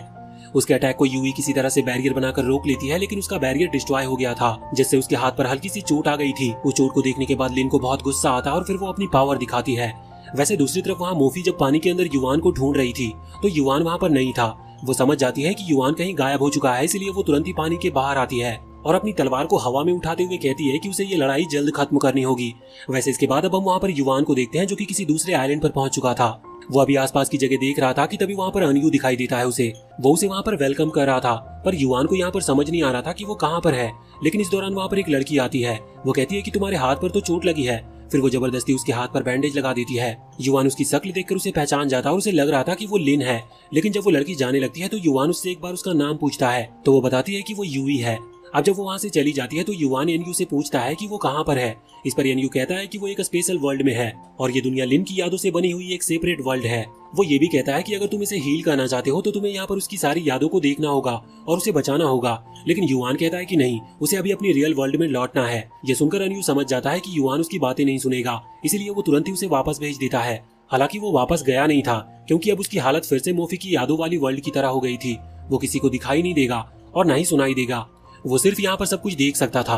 अभी एनयू आगे बढ़ता और पेड़ से ड्रैगन को नीचे गिराता है। ये ड्रैगन एक बेबी ड्रैगन था और ये असल में वही है जिससे युवान की रियल वर्ल्ड में फाइट चल रही थी। एनयू उस ड्रैगन से कहता है कि वो उसे जाने देगा, लेकिन उसके बदले उस ड्रैगन को उसका काम करना होगा। ड्रैगन डरकर उसकी बात मान जाता है। एनयू कहता है कि तुम्हें यूवी पर नजर रखनी होगी। ड्रैगन जाता है उस पर नजर रखने के लिए। बाद में जब वो आता है तो बताता है कि यूवी एक डिप्रेस्ड गर्ल है और उसकी सिस्टर बीमार है जो कि हील नहीं हो सकती। ये सुनते ही एनयू कहता है कि ठीक है, फिर मेरे पास एक बहुत ही अच्छा प्लान है। वो तुरंत ही वहाँ से निकलने लगा था, पर युवान उसे रोकता है और कहता है कि अब तुम कुछ गड़बड़ मत करना, लेकिन एनयू उसकी बातों को इग्नोर करता है। बाद में एनयू जाकर यूवी से मिलता है। वो उसे ऑफर देता है कि वो उसकी मदद कर सकता है उसकी सिस्टर को ठीक करने में, लेकिन यूवी के पास देने के लिए कुछ भी नहीं था। पर एनयू बताता है कि उसे उस मेडिसिन के बारे में पता है जो कि उसके पास भी नहीं है, तो इसके बदले यूवी को कुछ देने की जरूरत नहीं, लेकिन वो मिलकर उस मेडिसिन को ढूंढ सकते हैं। वो मेडिसिन एक गुफा में थी। वो लोग वहाँ पर पहुंचते हैं। गुफा में आगे बढ़ते वक्त अभी हम उस बेबी ड्रैगन को देखते हैं जो कि बहुत ही इविल स्माइल कर रहा था, क्योंकि वो जानता था कि इस गुफा के अंदर एक खतरनाक मॉन्स्टर रहता है। ये बात वैसे एनयू भी जानता था। शायद वो यहाँ पर आगे बढ़ते हुए उस मॉन्स्टर को पहचान लेता है कि ये सच में कोई मॉन्स्टर है। इसी वजह से वो यूवी से कहता है कि हमें रास्ता बदलना होगा। वो गुफा में रास्ता बदलते हैं। उनके सामने अभी वही मेडिसिन थी जो कि उन्हें चाहिए थी। मॉन्स्टर को देखने के बाद भी अभी यूवी उस मेडिसिन को लेने के लिए आगे बढ़ रही थी, जो देखकर युवान एनयू से कहता है कि वो जाकर उसे बचा ले, लेकिन एनयू कहता है कि अगर तुम्हें उसे बचाना है तो खुद बचा लो। ये सुनकर युवान तुरंत ही भागता है, पर तभी एनयू वहाँ से गायब होकर यूवी को बचा लेता है और युवान को इस ट्रैप में फंसा देता है, क्योंकि युवान अब उस मॉन्स्टर के सामने आ चुका था। कुछ देर के बाद हम देखते हैं कि यूवी और एनयू वहाँ पर भागते हुए डेड एंड की तरफ पहुंच चुके थे। जब वहाँ पर आकर वो रुकते हैं तो पीछे देखते हैं कि वो मॉन्स्टर अभी भी उनका पीछा कर रहा है। वो बिल्कुल भी उनके पास आ चुका था। अभी उससे लड़ने के लिए यूवी एक लकड़ी उठा लेती है, लेकिन जब वो मॉन्स्टर हमला करता है तो एनयू को ही उसे बचाना पड़ता है। हालांकि इस चीज में यूवी बेहोश हो चुकी थी, इसीलिए एनयू जाकर उसे पेड़ के पास सुला देता है और इसके बाद वो खुद उस मॉन्स्टर के सामने आ गया था उससे लड़ने के लिए। हालांकि वो मॉन्स्टर अभी बहुत गुस्से में था। वो एनयू को देखते ही उस पर हमला करने लगता है। अभी हमले के बाद बेबी ड्रैगन को लग रहा था कि शायद एनयू मारा गया, लेकिन ऐसा था नहीं, क्योंकि एनयू ने सिर्फ अपनी एक ही उंगली से उस मॉन्स्टर को रोक लिया था और इसके बाद एनयू उस मॉन्स्टर के ऊपर आता है और उस पर हल्का सा अटैक करते हुए उसे हराकर वहाँ से दूर फेंक देता है। हालांकि उसने उसकी बॉडी पर कुछ स्क्रैचेस के निशान देख लिए थे। ये असल में उस बेबी ड्रैगन का काम था और उसने ऐसा इसीलिए किया था जिससे कि वो मॉन्स्टर को गुस्सा आए। इसीलिए अब एनयू वहाँ उस बेबी ड्रैगन के पास आता है और उसे लात मारकर वहाँ खाई में गिरा देता है। अब शाम हो चुकी थी और हम देखते हैं कि यूवी को होश आता है, तो वो बहुत खुश थी कि वो मॉन्स्टर हार गया। यहाँ पर एनयू उसे बताता है कि उसने वो मेडिसिन भी बचा ली है। अगले दिन हम देखते हैं कि जब एनयू फिर से यूवी से मिलता है तो वो रो रही थी और कहती है कि उस मेडिसिन ने काम नहीं किया। एनयू कहता है कि उसके पास एक और तरीका है। वो उसे कुछ स्पेल के बारे में बता रहा था जिससे एक खास तरह की इनकार्नेशन मैजिक मेडिसिन बनती है। ये सुनकर यूवी बहुत खुश थी। वैसे बाद में युवान देखता है कि यूवी की बहन कोई और नहीं बल्कि लिन है। यहाँ अगले ही दिन जब लिन वहाँ पर बगीचे में आई हुई थी तभी वहाँ पर एनयू आ जाता है। वो उसका पीछा कर रहा था और उस पर अपनी पिकअप लाइंस का यूज कर रहा था, जो देखते हुए लिन उससे कह रही थी कि उस पर ये सब नहीं चलने वाला, इसीलिए वहाँ से वो चला जाए। और इतना कहते हुए लिन वहाँ से जाने लगती है। हालांकि एनयू चिल्लाता है कि वो कल फिर से उसका यहाँ पर इंतजार करेगा। अब लिन के जाने के बाद युवान एनयू से कह रहा था कि वो ये क्या कर रहा है। वो दोनों सिस्टर को फंसाने की कोशिश कर रहा है, जिस पर एनयू कहता है कि वो एक अल्फा मेल है, इसीलिए उसे जो चाहिए वो उसे मिलेगा। वो युवान की तरह नहीं है। अब बाद में हम यूवी को देखते हैं। उसने किसी तरह से मेडिसिन का पता तो लगा लिया था, लेकिन उसके सक्सेस रेट बहुत ही ज्यादा कम है और इससे रिस्क बहुत ही ज्यादा बढ़ गया है, इसीलिए वो लिन पर उसका यूज नहीं करना चाहती थी। हालांकि लिन कहती है कि वो इस चीज के लिए तैयार है, क्योंकि अगर उन्होंने उसका यूज करके नहीं देखा तो वैसे भी कुछ टाइम में वो मारी जाएगी। पर इस पर यूवी कहती है कि इस मेडिसिन को खाने से शायद वो अभी ही मारी जाए, जबकि अगर वो इस तरह से बीमार रहकर जीती है तो सालों तक जी सकती है और उसकी तबीयत इतनी खास भी खराब नहीं है कि वो चल फिर भी ना पाए। इसीलिए जब तक उन्हें कोई परमानेंट सोल्यूशन नहीं मिल जाता तब तक वो ऐसे किसी भी मेडिसिन का यूज नहीं करेंगे। अगले दिन हम देखते हैं कि लिन फिर से वहाँ बगीचों की तरफ आ गई थी, जिससे कि वो फिर से एनयू से मिल पाए। वहाँ पर एनयू उसे अपना बोट दिखाता और कहता है कि अगर उसे प्रॉब्लम ना हो तो वहाँ पर थोड़ी देर वो घूम सकते हैं। वो बोट में बैठ जाती है, लेकिन रास्ते में उसकी हालत और खराब होने लगती है और उसके मुंह से खून निकलने लगा था, जिस वजह से वो बेहोश हो जाती है। अभी एनयू युवान से कह रहा था कि हम इसे ठीक कर सकते हैं, लेकिन इससे इसकी सारी यादें चली जाएगी, इसीलिए वो ऐसा कर नहीं रहा। तभी वहाँ दूसरी बोट पर वो लोग यूवी को देखते हैं, जो कि अभी खुद से कह रही थी कि उसे खुद को खत्म कर देना चाहिए, क्योंकि असल में लिन को वो बीमारी यूवी को बचाने की वजह से हुई थी, इसीलिए वो उसके लिए खुद को ब्लेम कर रही थी। वो सोच रही होती है कि अगर वो खुद को खत्म कर देगी तो शायद इससे सब कुछ ठीक हो जाएगा, पर ऐसा कुछ भी नहीं था। अब जब लिन को होश आता है तो वो अपने घर में अपने कमरे में थी, लेकिन वो हैरान थी वो सोच रही थी कि शायद उसने जो कुछ भी देखा वो एक सपना था। वो अभी बहुत गुस्से में थी, इस वजह से यूवी जो उसके लिए सूप लाती है वो उसे नीचे गिरा देती है। हालांकि जब यूवी अपने घर से मेडिसिन के लिए निकल गई थी तब लिन उस दूसरी मेडिसिन को, जिसका सक्सेस रेट बहुत कम है, उसे पी लेती है। वैसे ये मेडिसिन भी काम नहीं करती और ये भी सिर्फ एक टेम्पररी इलाज है। इसीलिए वो वापस से वहाँ से उन बगीचों की तरफ चली गई थी जहाँ पर एक बार फिर से उसकी मुलाकात अनियू से होती है और वो बोट पर चले जाते हैं। और इससे लिन को पता चलता है कि कल जो भी हुआ वो उसका सपना नहीं था। वैसे यहाँ पर अनियू बताता है कि उसे एक परफेक्ट इलाज मिल गया है जो कि उसकी बीमारी को परमानेंटली खत्म कर सकता है। लिन तुरंत ही उससे उस इलाज के बारे में पूछती है, जिस पर अनियू बताता है कि इसके लिए उसे अपनी सिस्टर को खत्म करके उसका सारा ब्लड पीना होगा। जो सुनकर लिन हैरान हो गई थी। अब हम रियल वर्ल्ड में आते हैं कि अभी एक नाइट प्रिंसेस पर हमला कर रहा था उसे खत्म करने के लिए। प्रिंसेस अभी सो रही थी लेकिन उसके आसपास एक बैरियर बना हुआ था जो कि उसे नाइट के अटैक से बचा लेता है। पर तभी अचानक से प्रिंसेस की नींद खुल गई थी। वो वहाँ उस नाइट को देखती है और उसे हक कर लेती है। असल में ये उसकी सिक्योरिटी के लिए रखा गया एक स्पेशल नाइट था। वो कहती है कि शायद तुम यहाँ पर भी मुझे बचाने के लिए आए हो। वैसे तभी वहाँ पर उन्हें आवाज सुनाई देती है और ये आवाज बाहर से आई थी। प्रिंसेस समझ जाती है कि शायद उन पर हमला हुआ है। वो तुरंत ही उस नाइट के साथ वहाँ पर बाहर आ जाती है। यहाँ बाहर हम देखते हैं कि अभी लिन और यूवी दोनों ही पकड़ लिए गए थे और मोफी उन दोनों से फाइट कर रही थी। फाइट के दौरान वहाँ पर प्रिंसेस और वो नाइट पहुँचते हैं। प्रिंसेस नाइट से कहती है कि वो उन्हें खत्म कर दे। वैसे इस दौरान लिन और यूवी ने खुद को आजाद कर लिया था, लेकिन वो नाइट यहाँ पर उन तीनों पर हमला करने के बजाय उन दोनों फेरीज यानी कि यूवी और लिन पर हमला कर देता है। यहाँ पर अभी वो तीनों दुश्मन नाइट से कह रहे थे कि आखिर उसने प्रिंसेस को अभी तक क्यों नहीं मारा। लेकिन अब यहाँ से सीन चेंज होता है और हम वापस से लिन की उस मेमोरी वर्ल्ड में आ जाते हैं जहाँ पर हम देखते हैं कि अभी लिन ने यूवी और अनियू को साथ में देख लिया था। अभी यूवी कह रही थी कि अब वो और लिन का ख्याल नहीं रख सकती, वो उसके लिए एक बोझ बन चुकी है। वो चाहती है कि वो खुद की लाइफ मजे से जिए, इसलिए वो कल उसे छोड़ देगी। ये सब देखने के बाद लिन बहुत हैरान थी। वो वहाँ पर छुपकर रो रही थी क्योंकि वो अपनी बहन को खत्म नहीं कर सकती और उसकी जान बचाने का सिर्फ एक ही तरीका है कि उसे अपनी बहन को मारना होगा। और साथ ही साथ उसे एक प्यार में धोखा भी मिला है, तो इससे उसका गुस्सा और भी ज्यादा बढ़ चुका था। रात के टाइम पर हम देखते हैं कि अभी यूवी खाना बनाते वक्त लिन से कह रही थी कि वो आज आखिरी बार उसके लिए खाना बना रही है क्योंकि कल वो उसे छोड़कर जाने वाली है क्योंकि उसे अपना प्यार मिल चुका है। लेकिन ये सुनते हुए लिन फैसला करती है कि यही उसकी बहन को खत्म करने का सही मौका है। वो तुरंत ही एक चाकू निकाल लेती है और यूवी की तरफ आगे बढ़ने लगती है, लेकिन वो जल्दी ये समझ गई थी कि वो अपनी बहन को खत्म नहीं कर सकती, इसलिए वो रुक जाती है। पर तभी यूवी घूमते हुए उस चाकू को खुद ही मार लेती है और कहती है कि अब वो बच सकती है। वो कहती है कि वो उसे वहाँ उस लेक के पास ले चले। लिन तुरंत ही उसे उठाकर वहाँ लेक के पास आ जाती है। यहाँ पर अभी यूवी लिन से माफी मांग रही थी और कह रही थी कि माफ करना, मैं एक अच्छी बहन नहीं बन पाई। मुझे तुम्हें ऐसा दिखाना पड़ा जैसे कि मैं तुम्हें हेट करती हूँ, लेकिन ऐसा कुछ भी नहीं था। अब वहाँ पर अनियू भी आ गया था। वो बताता है कि यूवी ने खुद को सैक्रिफाइस किया है तुम्हें ठीक करने के लिए। यहाँ पर यूवी की सोल जा चुकी थी, मतलब कि अब वो मारी जा चुकी है। लेकिन लिन अपनी बहन को सैक्रिफाइस करके खुद को जिंदा नहीं रख सकती थी, इस वजह से वो उसे उठाती है और वहाँ पर लेक के अंदर जाने लगती है। युवान उन दोनों को ही रोकने की कोशिश कर रहा था, लेकिन ना ही वो उन्हें रोक सकता और ना ही उन्हें कुछ कह सकता है। तभी अनियू कहता है कि मेरे पास एक तरीका है जिससे तुम दोनों फिर से मिल सकती हो, और कहता है कि अगर तुम परमिशन दो तो तुम रीइंकार्नेट कर सकती हो फेरीज बनकर। इस पर लिन ने हाँ कर दी थी। इसके बाद जब वो फ्लावर को टच करती है तो वहाँ पर उन दोनों के आसपास एक एनर्जी फैलने लगती है, जिसके बाद वहाँ पर एक प्लांट ग्रो हो गया था और वो दोनों उस प्लांट के अंदर चली गई थी। वो बताता है कि तुम अगली वर्ल्ड में फेरी सीड्स की मदद से रीइंकार्नेट होगी। वैसे युवान भी बहुत गुस्से में था, इसीलिए वो यहाँ पर अनियू पर हमला कर देता है। हालांकि अनियू उसके अटैक को डॉज कर लेता है, लेकिन युवान रुकता नहीं। वो बार बार उस पर हमला कर रहा था। अब अनियू उसके हर एक अटैक को डॉज करते हुए उसे लात मारता और नीचे गिरा देता है। वो कहता है कि मैंने इन दोनों की मदद की है और इन्हें बचाया है, तुम आखिर मुझ पर हमला क्यों कर रहे हो। जिस पर युवान कहता है कि तुम इस पूरी वर्ल्ड को और यहाँ के लोगों को सिर्फ गेम और गेम के कैरेक्टर की तरह समझ रहे हो, जबकि ऐसा है नहीं, तुम्हें दूसरों के बारे में सोचना चाहिए। लेकिन अनियू उस पर हमला करके उसे नीचे गिराता और कहता है कि तुम कितनी भी कोशिश क्यों ना कर लो, लेकिन तुम फ्यूचर को बदल नहीं सकते। वैसे अब इसके बाद अचानक से युवान नोटिस करता है कि वो वर्ल्ड रीस्टार्ट हो चुकी है और अब युवान भी वहाँ की चीजों को टच कर सकता है। इसका मतलब अब उसे भी वहाँ पर सब देख पाएंगे। अब यहाँ पर फिर से युवान अनियू पर हमला कर रहा था। युवान उसके आर पार हो जाता है और अनियू से कहता है कि तुम मुझ पर अब हमला नहीं कर सकते, तुम बाकियों को दिखाई दोगे और तुम उनसे बात कर सकते हो, लेकिन फिर भी तुम इस वर्ल्ड में कैद हो। तुम इस वर्ल्ड से तभी निकल पाओगे जब तुम लिन और यूवी के पास्ट को चेंज कर दो। अब युवान इसके लिए तैयार था। हर चीज बिल्कुल सेम तरीके से होती है। युवान ने ये देखने के लिए वो सच में चीजों को छू सकता है कि नहीं, तो उसने एक पेड़ को पंच किया था जिससे उसके हाथ पर चोट लग गई थी। तभी वहाँ पर यूवी आती है और कहती है कि तुम्हारे हाथ पर तो चोट लगी है। उसके बाद वो जबरदस्ती उसके हाथ पर बैंडेज बांध देती है। बाद में युवान और यूवी की फिर से मुलाकात होती है। युवान कहता है कि उसके पास लिन के लिए एक मेडिसिन है, लेकिन बाद में यूवी बताती है कि उसने ये मेडिसिन पहले ही ट्राई कर लिया है और ये कुछ भी काम नहीं आई। युआन कहता है कि कोई बात नहीं, हम कोई दूसरा इलाज ढूंढ लेंगे। बाद में वो जाकर लिन से मिलता है, जहाँ पर वो लिन को अकेले में बताता है कि उसकी बहन यूवी हर एक कोशिश कर रही है जिससे कि वो उससे नफरत करे, लेकिन उसे ऐसा करना नहीं चाहिए। वो जानबूझकर ऐसा कर रही है क्योंकि जो उसका इलाज उसे मिला है उसके लिए एक स्पेशल ब्लड की जरूरत है, और अगर लिन यूवी को हिट करेगी तो वो उसके ब्लड का यूज करेगी गुस्से में आकर और बच जाएगी। ये सुनने के बाद लिन कहती है कि तुम सच में बहुत अच्छे हो, अब वो यूवी की चाल में बिल्कुल भी नहीं फंसेगी। रात के टाइम पर हम देखते हैं कि लिन, युआन और यूवी तीनों बैठकर खाना खा रहे थे, जहाँ पर यूवी युआन को थैंक्स कह रही थी क्योंकि वो उसकी मदद कर रहा था मेडिसिन ढूंढने में। लेकिन अचानक से यूवी सो जाती है, साथ ही युआन भी सो गया था।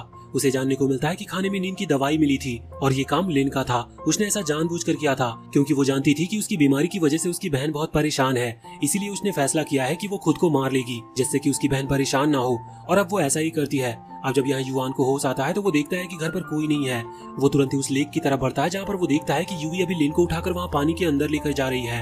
तभी वहाँ पर अनयू आता है। वैसे युआन उन दोनों को रोकने की कोशिश करता है लेकिन वो उन्हें रोक नहीं पा रहा था। अनयू युआन को बताता है कि उसने फ्यूचर को चेंज नहीं किया बल्कि उसने सिर्फ सिनेरियो बदल दिए, लेकिन इसका कोई फायदा नहीं है क्योंकि जब तक वो दोनों सिस्टर को बचा नहीं लेता तब तक वो इस मेमोरी वर्ल्ड से बाहर नहीं निकल पाएगा। युआन कहता है कि उसे एक और मौका चाहिए, इस बार वो जरूर कामयाब हो जाएगा। अनयू कहता है कि ठीक है, लेकिन ये तुम्हारा आखिरी मौका होगा, इसके बाद मैं वर्ल्ड को रीसेट नहीं कर पाऊंगा। अब वो तैयार था, वो सारी चीजें फिर से होती है। युआन कुछ भी चेंज नहीं करता, लेकिन अब वो रात आ चुकी थी जब यूवी लिन को किसी तरह से मैनिपुलेट करके मना लेती है कि वो उसे खत्म कर दे। लिन भी चाकू लेकर यूवी को खत्म करने जा रही थी, लेकिन उसके नजदीक भी पहुंच सके इसके पहले युआन वहां पर आता है और चिल्लाते हुए उन दोनों से कहता है कि तुम दोनों अब बस कर दो, तुम दोनों ही एक दूसरे को धोखा दे रही हो, इसका कोई फायदा नहीं। इससे अच्छा तो तुम ऐसे ही आराम से पूरी लाइफ जियो, क्योंकि अगर तुम में से कोई एक भी मरेगा तो दूसरा अपने आप ही मारा जाएगा। इतना कहते हुए वो चाकू छीन लेता है। ये सुनने के बाद वो दोनों बहनें रोने लगी थी। युआन सोचता है कि शायद उसने फ्यूचर बदल दिया। अब जब वो वहाँ से बाहर आता है तो अनयू उससे कहता है कि शाबाश, तुमने तो सब कुछ सही कर दिया, लेकिन फिर भी तुम कुछ नहीं बदल सकते क्योंकि एक बार जो हो गया वो हो गया, अब उसे चेंज करना मुमकिन नहीं है। युआन वहीं पर रोने लगता है और सोचता है कि उसने इतनी मेहनत की लेकिन इसका कोई फायदा नहीं हुआ। तभी अचानक से वो एक दूसरी जगह पर टेलीपोर्ट हो गया था जहाँ पर अभी वो लिन को देख पा रहा था। लिन उससे कहती है कि भले ही जो पास्ट में हुआ तुम उसे बदल नहीं पाए या फिर कोई भी उसे बदल नहीं सकता, लेकिन लिन वो सारी चीजें याद कर रही थी जो युआन ने उसे बचाने के लिए किया था, और वो उसे थैंक यू कहती है और उससे माफी मांगते हुए उसे किस भी करती है। साथ ही वो उसे कहती है कि तुम्हारे दोस्त रियल वर्ल्ड में तुम्हारा इंतजार कर रहे हैं। अब वहाँ पर एक पोर्टल ओपन होता है जिसके बाद युआन अपनी रियल वर्ल्ड में जाने लगा था, लेकिन उसके पहले ही वो बेबी ड्रैगन आता है और कहता है कि उसे भी रियल वर्ल्ड में जाना है। वो भी असल में उस ड्रैगन की सोल थी जो कि बाहर है। अब वो दोनों ही वहाँ पर पहुँचते हैं। वो सोल वापस से ड्रैगन के अंदर इमर्ज हो जाती है। यहाँ वो ड्रैगन और युआन दोनों ही उस लेक के अंदर से बाहर आते हैं। वो ड्रैगन अभी सीधा जाकर उस नाइट के ऊपर गिरा था। बाद में युआन प्रिंसेस से कहता है कि तुम अभी यहाँ से जाओ। वो उसे ड्रैगन के ऊपर बिठा देता है और कहता है कि अब हमें इन लोगों को खत्म करना चाहिए। वो तीनों लोग देखते हैं कि उनके जो साथी नाइट था वो ड्रैगन की वजह से नीचे गिर चुका है। हालांकि वो अभी तक ठीक था और वो लड़ने के लिए तैयार हो गए थे। तभी लिन युआन के पास आकर उसे गले लगा लेती है, जिसके बाद उनके आसपास एनर्जी फैलने लगी थी। वो नाइट कह रहा था कि हमें इन्हें रोकना होगा क्योंकि ये मर्ज होने की कोशिश कर रहे हैं, लेकिन वो ऐसा कर नहीं पाते और उससे पहले ही लिन और युआन मर्ज हो चुके थे। और इसके बाद युआन के अंदर पावर आ गई थी सेम वैसे ही जब वो मोफी के साथ मर्ज हुआ था। लेकिन युआन नोटिस करता है कि ये पावर अलग है। वो देख पा रहा था कि उसके पास वाटर पावर है, शायद वो सी गॉड बन चुका है। लेकिन युआन ने अपनी वाटर पावर से उसके आसपास पानी फैला दिया था जिससे वो चुटकी बजाते ही उसे फ्रीज कर देता है और अब वो वैम्पायर नाइट वहीं पर जम जाता है। वैसे वो दूसरा वाला लड़का भी युआन पर ही हमला कर रहा था, लेकिन युआन उसे भी फ्रीज कर देता है और वो तीसरा वाला इस वक्त यूवी पर अटैक करने की कोशिश कर रहा था, लेकिन युआन आगे बढ़कर उसे भी फ्रीज कर देता है। बाद में वो देखता है जो एक लड़का और बचा है वो इस वक्त उस ड्रैगन को पकड़े हुए है जिससे प्रिंसेस वहाँ से भाग ना पाए, लेकिन युआन तुरंत ही उस रस्सी को काट देता है जिससे उस लड़के ने उस ड्रैगन को पकड़ रखा था और अब बाद में वो भी उसे वहाँ से फेंकते हुए फ्रीज कर देता है। लेकिन अब इतने में उस नाइट ने अपने आसपास की बर्फ को डिस्ट्रॉय कर दिया था और अब वो युआन की तरफ हमला करने के लिए बढ़ रहा था। युआन उससे कहता है कि तुम बहुत कमजोर हो, इसीलिए तुम मुझे हरा नहीं सकते। लेकिन तभी वो नाइट अपनी एक स्पेशल स्वॉर्ड वहाँ पर समन कर लेता है जो कि अच्छी खासी स्ट्रॉन्ग थी, इसीलिए युआन रिस्क नहीं लेता और मोफी से उसके साथ मर्ज होने को कहता है। अभी यहाँ वो ऑलरेडी लिन के साथ मर्ज था, इस वजह से जब वो मोफी के साथ मर्ज होता है तो उसकी पावर एक अलग ही लेवल पर पहुंच जाती है क्योंकि अब वो डबल गॉड की पावर को ओन कर रहा था। वो तुरंत ही हवा में आता और पानी के अंदर से एक ट्राइडेंट बाहर निकालता है जिसे लेकर वो उस नाइट से लड़ रहा था। वो नाइट भी अभी अपने वेपन का यूज करता है। उन दोनों के वेपन टकराते हैं। दोनों ही वेपन काफी स्ट्रॉन्ग थे, लेकिन युआन की पावर ज्यादा साबित होती है और वो नाइट को वहाँ से दूर हटा देता है। लेकिन उस नाइट ने भी हार नहीं मानी थी, जिस वजह से उन दोनों में लड़ाई फिर से शुरू हो चुकी थी। दोनों ही बहुत ताकतवर थे, जिस वजह से ये फाइट लगभग बराबरी की लग रही थी। यहाँ पर युआन अभी खुद को सच में एक गॉड समझ रहा था और वो सोच रहा था कि वो सारे एनिमे की यूनिवर्स में सबसे ज्यादा स्ट्रॉन्ग है। वो तुरंत उस नाइट को फिर से पीछे हटाते हुए एक वॉल को समन करता है जिसमें बहुत सारे पोर्टल्स थे। पोर्टल्स के थ्रू बहुत सारे आइस क्रिस्टल अभी सीधा उस नाइट की तरफ बढ़ रहे थे। उनकी स्पीड बहुत तेज थी, लेकिन वो नाइट किसी भी तरह से उन्हें डॉज कर रहा था। पर तभी एक क्रिस्टल उसके पैर में लग जाता है, जिससे उस नाइट को बहुत गुस्सा आता है और गुस्से में अब उसने अपने बहुत सारे क्लोन क्रिएट कर लिए थे, जो कि मिलकर अभी सीधा उस वॉल की तरफ आगे बढ़ रहे थे।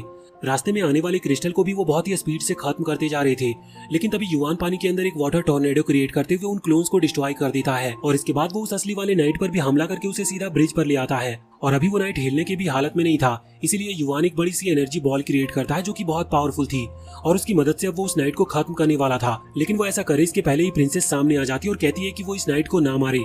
अब युआन उसकी बात मान लेता है और उस अटैक को आसमान की तरफ कर देता है। वहाँ पर एक बहुत तेज धमाका होता है। वैसे अब लड़ाई खत्म हो चुकी थी, इस वजह से मोफी और लिन वहाँ युआन की बॉडी से वापस बाहर आ जाते हैं। यहाँ नीचे आने के बाद अभी प्रिंसेस उस नाइट पर चिल्ला रही थी और कह रही थी कि आखिर तुमने युआन पर हमला करने की कोशिश क्यों की, वो बहुत ताकतवर है, तुम उसे हरा नहीं सकते। साथ ही वो उसे फिर से हक करते हुए कहती है कि हमें अब वापस से किंगडम की तरफ चलना चाहिए। लेकिन वो नाइट दुखी था क्योंकि उसने प्रिंसेस को धोखा दिया। वो वहाँ से जाने लगता है। प्रिंसेस समझ गई थी कि अब वो फिर से कभी उसे देख नहीं पाएगी, इस वजह से वो रो रही थी। लेकिन तभी हम देखते हैं कि वहाँ पानी के अंदर कई सारे फ्लावर्स निकलना शुरू हो जाते हैं और उन्हीं में से एक बड़ा सा फ्लावर भी निकल कर आता है, जिसके बाद लिन वहाँ उस फ्लावर के ऊपर आ गई थी। वो बताती है कि भले ही युआन ने इसकी मेमोरी को सही करने की कोशिश की, लेकिन वो अंत में सही नहीं हुई। असल में तो उसे अपनी सिस्टर को मारा ही है, इसी वजह से वो खुद को इसके लिए माफ नहीं कर सकती। हालांकि अब वो दुखी नहीं है, लेकिन वो इस लेक के अंदर एक स्पिरिट बनकर रहना चाहती है। वो कहती है कि तुम्हें कभी भी मेरी मदद की जरूरत हो तो तुम मुझे बुला सकते हो, मैं आ जाऊंगी। यहाँ पर यूवी लिन से पूछ रही थी कि वो उसके बिना कैसे रहेगी, जिस पर लिन कहती है कि अब से युआन और बाकी सभी उसकी फैमिली है, उसे लिन को भूलना होगा। अभी यूवी दुखी नहीं थी, वो युआन को थैंक यू कहती है क्योंकि युआन ने कुछ ऐसा किया जिसकी वजह से अब उसकी सिस्टर दुखी नहीं है, इसीलिए यूवी खुश है।